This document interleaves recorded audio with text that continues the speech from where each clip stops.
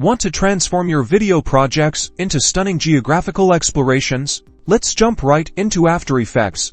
First, create your new composition with your desired settings.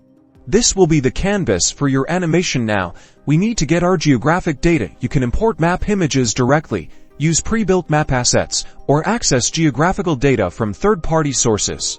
Once you've brought your map into the project, import it into your composition and position it where you want it. Next, you can begin adding details. Consider adding a solid color and a masked section to highlight geographical sections. You can also create animated paths and moving markers using keyframes, making it easy to simulate travel or demonstrate data movement across the map. To integrate geographical data, like city locations, you can add, for example, text layers to indicate locations on your map.